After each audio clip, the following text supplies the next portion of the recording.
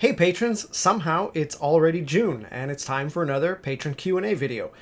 We got a handful of great questions as usual this month, so let's not waste any time. Let me get you some answers. Our first question this month comes from Adam, who asks, what's your take on Fallout 76? My take is generally the same as it is on a lot of announcements like this. Regarding a franchise I really like, where they've changed something fundamental about what we're used to, and that's just cautious optimism, really. I tend to like change in terms of shaking things up, trying new things, subverting expectations. I know the natural reaction is to kind of push back against that, and especially at the beginning, while when there's still like the shock of like, hey, this is different. I was expecting A, and you're giving me B.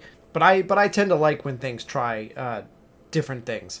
I was actually having a conversation about this with some patrons in our Discord, and one of them said, well, it's not real Fallout. If they're adding multiplayer, it's not real Fallout. And I said, well, what is real Fallout then? And of course they reference, Fallout 3, Fallout 4.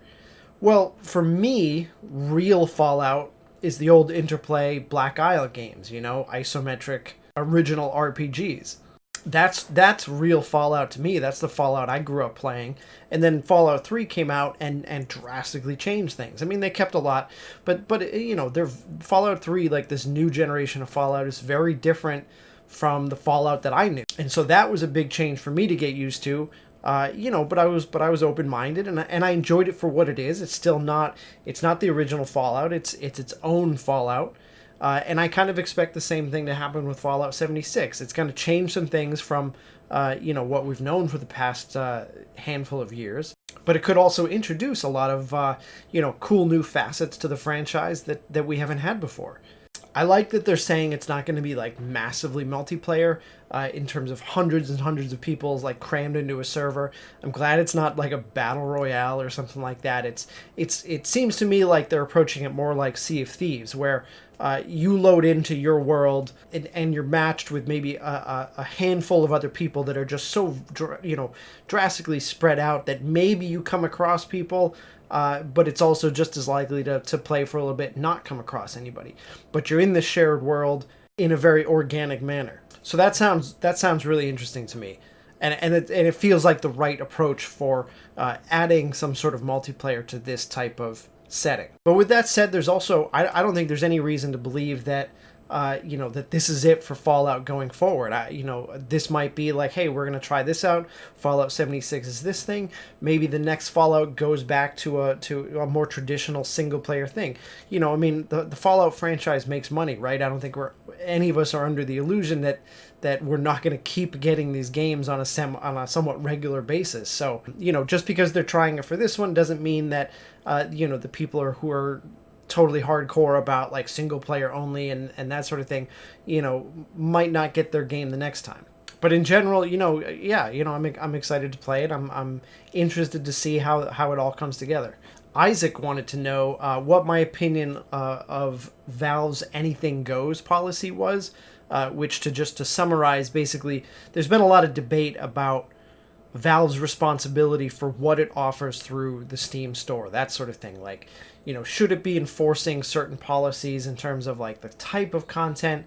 This reared its head specifically very recently because somebody put up a game about playing as a school shooter, and it just kind of like heated up the ongoing debate about should Valve be doing more to police games with like, questionable themes or nudity or extreme types of violence or racism and that kind of stuff. And so Valve has finally come out and said, you know what? Anything goes. We're not gonna play police here. We're not gonna, dictate what can or cannot be on Steam. We're just a marketplace. We only offer the tools for developers to sell their games, and unless it's illegal or doesn't meet technical requirements or whatever, we're going to allow it on Steam. And so I can kind of see both sides of this. Like, it's a tough situation for Valve to be in, as they are, I would say, probably like the biggest retailer of, the biggest destination for digital PC gaming, right? I mean, all of us use Steam. I mean, we use other things, Origin and Uplay and whatever. But pretty much all of us that PC game, we have a Steam library, and it's for me at least, it's the first place I go to look for PC games. So that's a big marketplace, and trying to individually police and impose your own rules on something like that, that's a daunting task. That's a big task for Valve to have to take. So I can understand the impulse to step back and say, look, we're just a storefront, okay? It's not our job to set policy about the kinds of games that people are allowed to play. But on the other hand, I do kind of feel like whether they like it or not, Valve has to have some sort of responsibility for the games that are being sold on their marketplace. I mean, we're not talking about just games here that maybe need an A rating because they're sexually explicit or contain adult themes or something like that, where it's solely a matter of like content filters and consumer discretion and stuff like that. Mostly I'm talking about the games that actively promote hate, promoting racism, or glorifying very sensitive topics like school shootings and that sort of game, where it feels less about freedom of expression and artistic expression, and really more about just kind of trying to cause controversy. And from these games that I've seen, none of them really have much to say.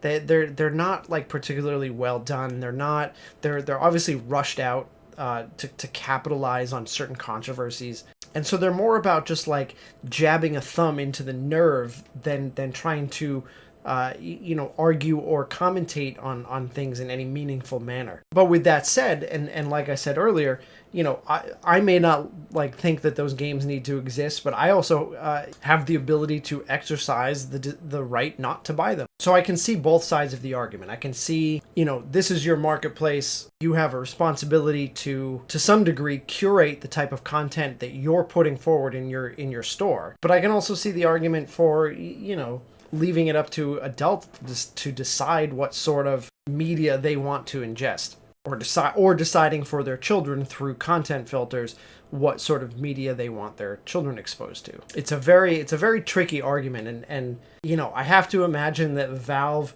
fell on this side of it just because once you start policing content like that, it can be a very slippery slope in terms of it being rather subjective about what's okay, what crosses the line, and whose political or religious beliefs, win out at the end of the day. The policymakers, who's deciding what's right and that sort of thing. They probably just didn't want to get into it. I don't know why. It's not like they're busy making games or anything. I think it might be a mistake to not step in with some clearer guidelines here, but apparently we're going to find out. They've made this decision.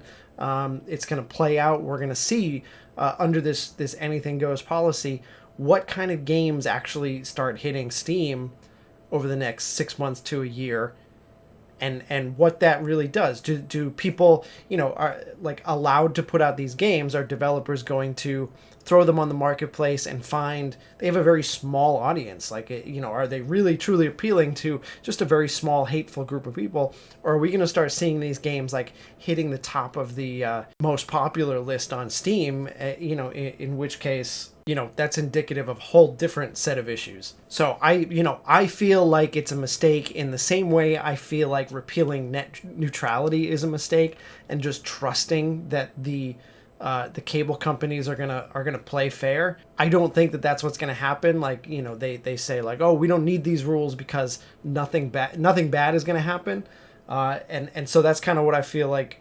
here is that maybe they set no rules in place, and maybe it's not, and maybe it doesn't turn into anything. Maybe it's not even an issue, but I have a feeling it might be. All right, next up we have Dave Houston with a much simpler question. Do you still read any other webcomics? I don't really, unfortunately. Back when I first started, I had a bookmark list just of just different comics I read. Little Gamer, was like the first one. I read VG Cats, 8-Bit Theater. You know, I had this reading list, and then sort of what happened was like I would move computers, or I would reformat my computer, and I would go to rebuild that list, and it would get just a little bit shorter. You know, one or two titles would fall off. And then, you know, a year or two later, I'd do it again, a little bit shorter. And eventually I just kind of started, and I would just fall off reading. Like this one ended, or, you know, I didn't read, I kind of, this one wasn't updating or whatever. And slowly that list just whittled away. And also I was becoming just busier and busier and busier with my own stuff, doing more of this and that, and I just didn't have as much time. You know, to the point now where, yeah, I really just am not an avid reader of many other comics at all, to be honest. I feel like I used to know, like, most of the major comics out there, and now I probably wouldn't recognize, like, 90% of them. And finally, to close out this month, Roderick just wanted to know how different because for this most recent Starcaster vote, I let patrons start voting a little bit early, and so Roderick was curious whether or not those early votes differed at all from the final result. And I actually took a screenshot of the patron only votes right before the comic went live on the website, and everybody else was going to start voting, and the results are the same. Even like right down to the general splits, you know, the percentages are the same. You know, when it was like, I think like roughly 300 of our patrons voted, you know, compared to the nearly 20,000 regular readers that voted, you know, it was actually pretty much right in line with, you know, with each other. More votes, but same choices, roughly the same percentages. So no, Roderick, you're not weird at all. Okay, and that wraps up June's Q&A video. Thank you guys so much for watching. Thank you guys for being my patrons and continuing to support my work.